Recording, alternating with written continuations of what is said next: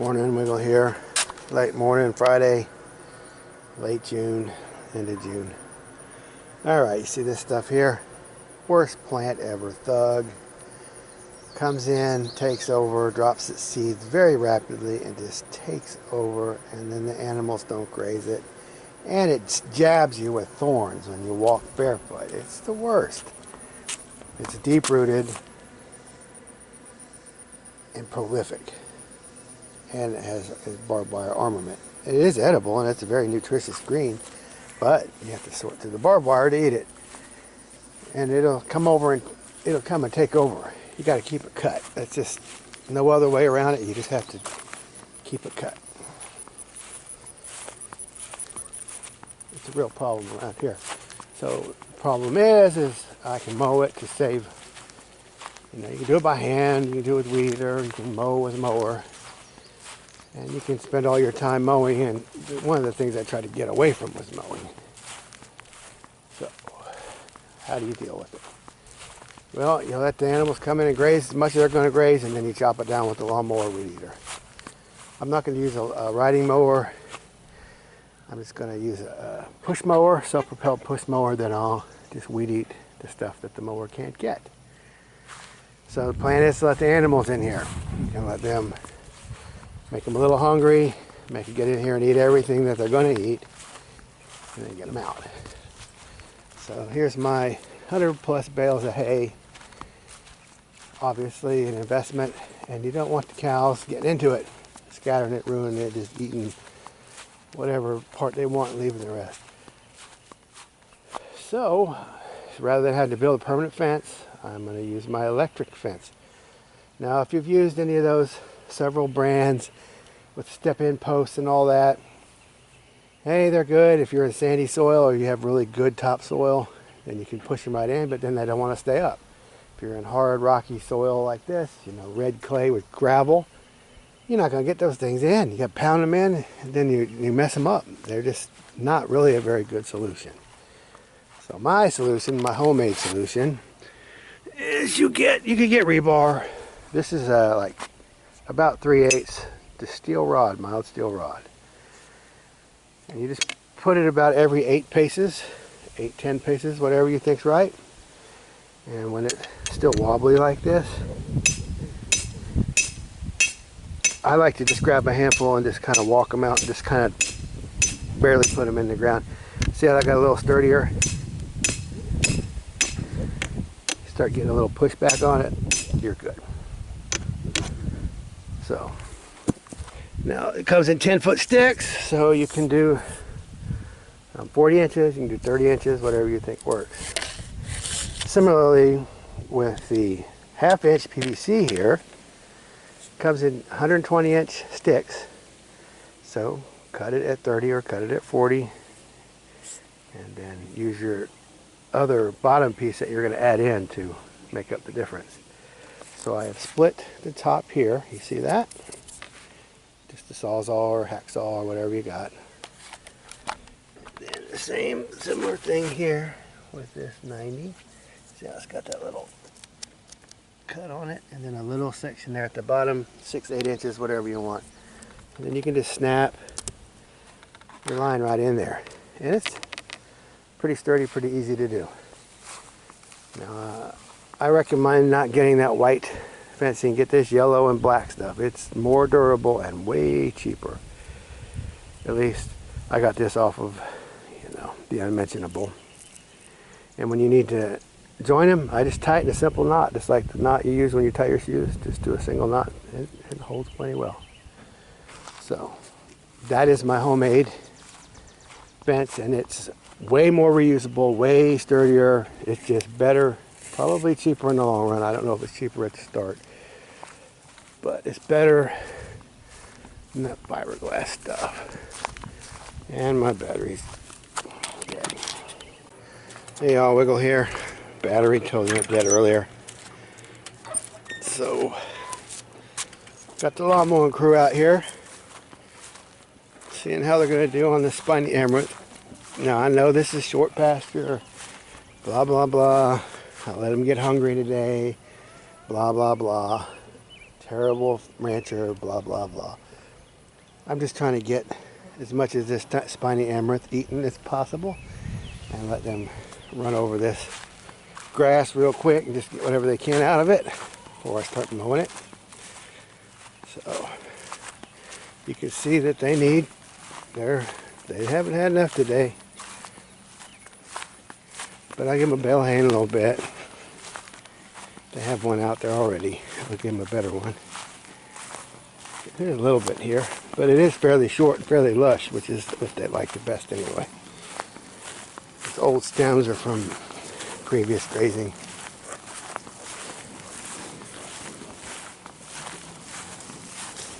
So I'm going to give you a product review today and also show you my setup. Alright, kind of got my hot wire rigged a little bit here. Make sure we don't get shocked. Alright, so what happened? This thing here, I went to hook it up today, 15 mile, and it's an older one. And the fuse is missing, and the fuse holder. Couldn't get it to work, and it's really hard to find a replacement. I may have found one. I'm going to look again tonight. But what I ended up doing was going to Tractor Supply. So this is also 15 mile. So different brand, American Farm Works. I had $30 worth of credits on my Tractor Supply card. I suggest if you guys go to Tractor Supply, get their card and use it. They give you 5% rewards, and it's credit vouchers. So you buy whatever you need, and then they show up on your account, and next time you buy something, you get money off. I got $30 off of this. It was $89, so I got it for $59. Pretty good deal. So not a huge, powerful thing here. 7.7 joules. They go up to like 8. So this is not that big of a deal, but it's enough for this short run, I think. So it was super easy to hook up, super easy to just take right out of the box. I think I had to just take the little cord tie off, and that was it. Plugged it into the AC, hooked up my ground, hooked up my fence. My ground is grounded to my, I got a little electric box here. So I just put my, whoa, what could go wrong? Put my ground right there on the ground rod for the electric. So I'm just going to leave that hanging there for now. I'll get zapped.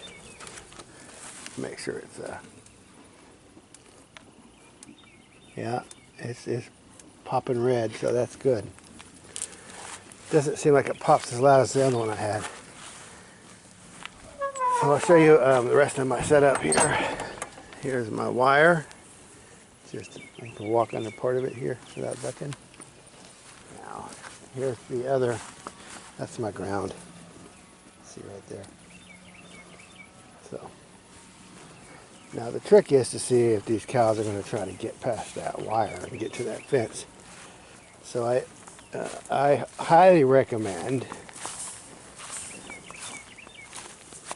these little type of clips. They pop right on, pop right off, super easy. Very efficient, very easy. I don't know the name of it, but that's what I'm using.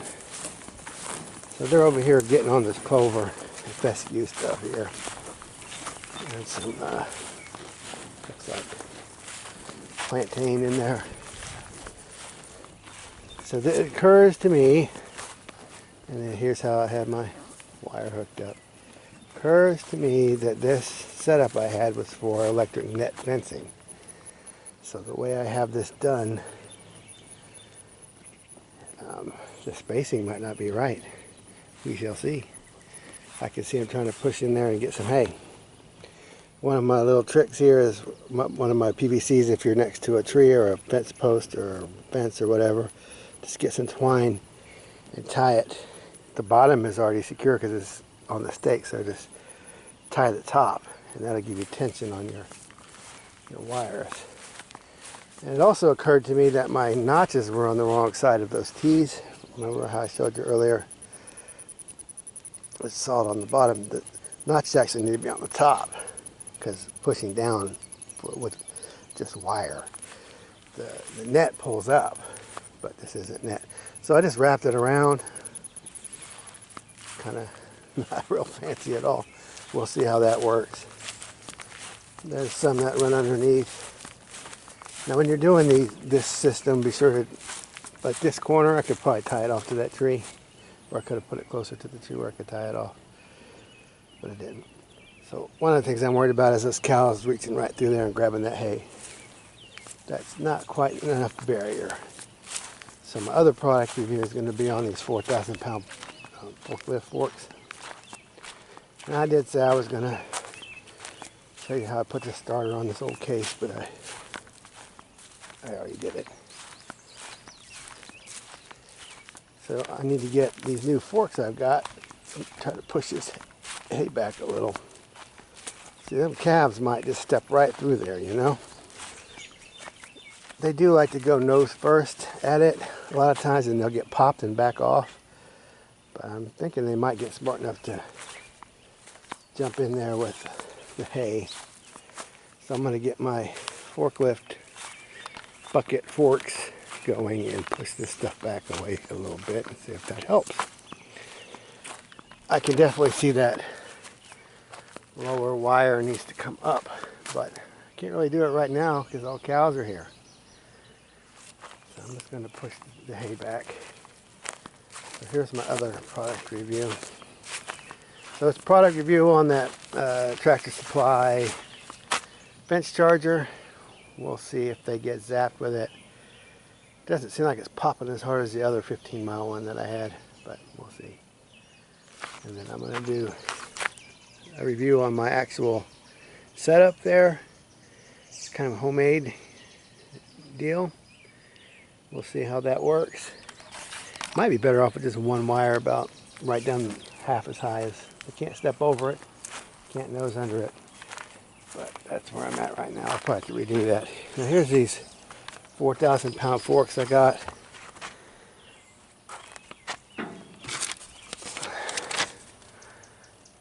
So, who's it from? They didn't really give me a name of the product. Customer support. Sales at. Okay. Anyway, I'm going to uncrate this thing and hook them up on here and see how they do. They look pretty heavy duty. Look like they're flux core welded. Maybe MIG, but no splatter at all. So it's pretty smooth. It looks like it's probably flux core, but anyway, I'm going to slide all this together and see how it does pushing these hay bales back. So I'll be back with you in a little bit. Alright, so I got them all hooked up. You need a 15/16 wrench, and that's about it. It's pretty straightforward. There's like a little jam nut under there that's tightened to the bucket. You gotta loosen that, and then you can spin it down. You just open it up, slide it in, and then spin it back down, and it grabs the bucket. There's a little round radius piece of pipe there for your curve on your bucket, your cutting edge. So it adjusts to that, wedges in there nicely. It's a pretty good idea, actually, pretty well engineered on that. And I'd say the tubing's pretty thick. It seems like it's maybe the 2-ton claim is valid. So just slide those on. You got to slide your two connector tube pieces together. So this isn't quite centered on the bucket, but that's just how it ended up. But you want to get your connecting tube pretty much, that's not perfectly square either, but you want it basically in the same neighborhood of as square as possible, and then you tighten the middle bolt. So I could see that they could bounce off. They do have a place for a chain and a binder and all that little slot, but they don't come with it, so I'd have to come up with something on that. But I could see where that would be useful. But we'll see. I'll try this out on some logs and see how tough it is. But for now, I'm just going to push those hay bales back. I'm going to show you the cows over here. So they've gotten over here to where my Spiny amaranth is a little thicker.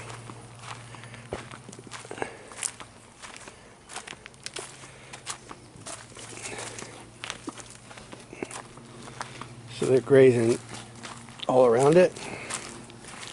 And when they come back through, they'll probably take the tops off. So that way all this grass is not wasted when I just mow it. See, they can get a mouthful off of that. And it is lush, green, short grass. They like it. It's leafy. You know, it's good. They do like short grass.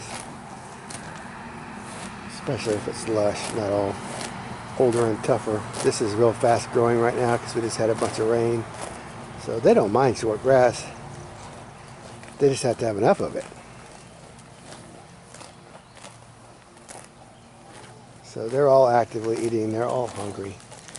After they get full, you'll see them kind of loafing around a little bit. This little bull here, he looks fairly fat, shiny, pretty good looking. Even though the red one is the one I'm going to keep, even though red Angus is not as good. It's black. They're on the market, I mean. But they look shiny. They look a little empty on the rumen, but they'll get filled up. See, there's one over there eating the tops off the spiny amaranth right now. Again, it has the nutrient profile of alfalfa or better, but it's tough on their mouth. So we'll see how they do, and I'm worried about them getting all the green grass eaten and they start sniffing around this hay. They don't care about the hay yet. So I'm going to go ahead and try to push some of that stuff back, see how it goes.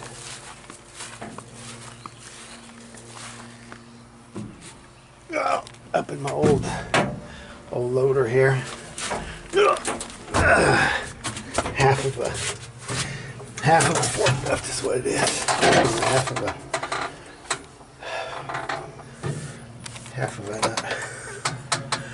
of a backhoe. All right. New starter product review. Beautiful. Battery's a little low, but I'm gonna go push these. Keep the old Ruger 1022. Stainless barrel, carbon stock. Keep it in the old tractor here. I can't tell you how much wildlife I see, foxes and other such things while I'm sitting in a tractor. Something about being in a tractor, they're not as scared of me. I don't know. But I'm gonna go push. Well, it's shocker rooster. It's gonna be a hard time to get a straight push on that hay right there. Everything's just riding away. Well, I'm gonna go ahead and turn off my electric motor for a while. These forks are not that highly maneuverable. They're kind of long and gangly because you're already on a bucket out there. And then if you push sideways, they like to try to fall off. So they're good for straight on, but you're not going to be pushing anything around with them. You just can go straight in, pick things up, and move them. So I'm going to go fix this fence now. I'm just going to turn it off, and I'm going to put the wire about a foot off the ground, 14 inches off the ground, and wrap it around and tighten it up. That way maybe those calves can't get in there. That's just like a wide open. They just step right over it, go right in there. Then once they start eating it, then the hay falls on the wire and shorts it out, and then the bigger cows will come in. So, but I'm not going to leave the cows out all night. But the objective is to keep them off the hay. This is wintertime hay, so at least it's all grass. There's not a lot of brome in it. There's a little bit of brush in it, but it's not too bad. Alright, I'm going to go fix this fence. I'll show you what that looks like. Alright, in the doing of this, shutting off the energizer and then adjusting the wire, I discovered a couple little tricks. Some of them I had just put underneath the fitting like I had done when it was the net fencing. So the point is it was just straight in front of it. So all you got to do is lift the top wire off, bring your wire over, loop it, and put it back down. you don't have to undo everything. You can just pop the wire off. I know it seems obvious, but maybe not so obvious. I didn't think of it for a few minutes. And I was like, oh, yeah, I don't have to unstring all this. And then another thing, wrap a couple times. I just wrapped it once. I was getting down near the end here, and I was like, well, I should wrap it 3 or 4 times. I got enough string, and then it won't slide up and down so much. And then when I ended up needing to take tension out, I just pulled on the wire, wrapped it around, and then stuck it back down in the little slot. And then that tightened up my wires nicely. And I did that right here next to the fence because it had something to pull against. So those wires are fairly tight. I think that will probably, they're standing here and they're going to get underneath it, they're going to pop them. And I don't think they're going to try to reach through here, because where their legs are at, if they're shorter, I think they're going to get zapped. We'll see if this keeps the hay safe. So, what is it? It's about, 40 inches maybe. 40 and about maybe 18 off the ground, something like that. And it's not perfect, but it's just varies around there. You can see where I trying to push those bales. They do move laterally on these forks. I mean, they're not real good for that. Straight up and down. If you're gonna push, you have to push with the corner of the bucket. And part of the problem is the way my cabin and everything's set. I can't really see those forks. Just kind of everything's right in the way. Especially when they're tilted too low. So anyway, excuse me. That's my homemade fence. That's my so far review on those pallet forks, 4,000 pound pallet fork. And I'll let you know how this $90 Tractor Supply zapper works. That old one I had works really well. That old Gallagher I had, 15-mile Gallagher, all metal case. It had a good punch to it. But I gotta find the fuse cap and the fuse for it. So that's it for now. I'm gonna chase them out. I've had this one steer, that tall guy with the white. He's been busting fences down. He's been going over the top of cattle panels. He's been a problem. He's figured it out. So, with the point being, I don't want him to bust into the food forest over there. They already found a loose gate and got in there yesterday, and they wrecked the cabbage and every strawberries. They just wrecked everything. I had gone to go get some foam insulation and stuff from Lowe's. Came back and they're all in the garden. And I'm like, man, this sure is easier than weeding, but they also are doing a lot of damage. So I don't know. I'm kind of like the idea of using the cattle more to do the weeding and do less, weeding manually. It's out of hand. I can't keep up with it. So it's a muggy day. I'm gonna go get something to drink, take a break in the air conditioning, check the weather, see if I gotta put all my tools up if it's gonna rain. So I'll update you on that freezer. And the hurry on that freezer is that one steer that keeps busting fences. He's the first one going in. So I'm making the ice blocks. I got ice blocks waiting to go. Anyway, I'll just have a video and show you an update tomorrow of how that's going. And I think that's going to be really interesting. It's very unique.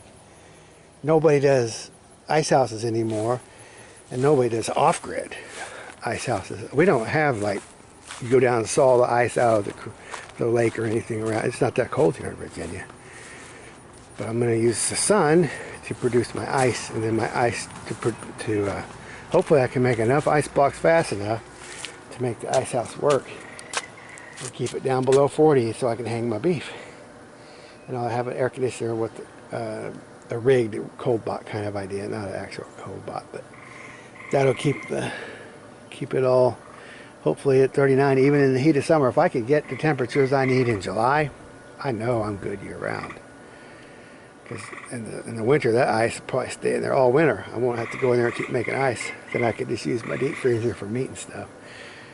So anyway, it's a very interesting and unique project. haven't seen anything. I've looked everywhere for information or tips, and nobody's done it. So you may want to stay tuned for that. That's a pretty cool thing.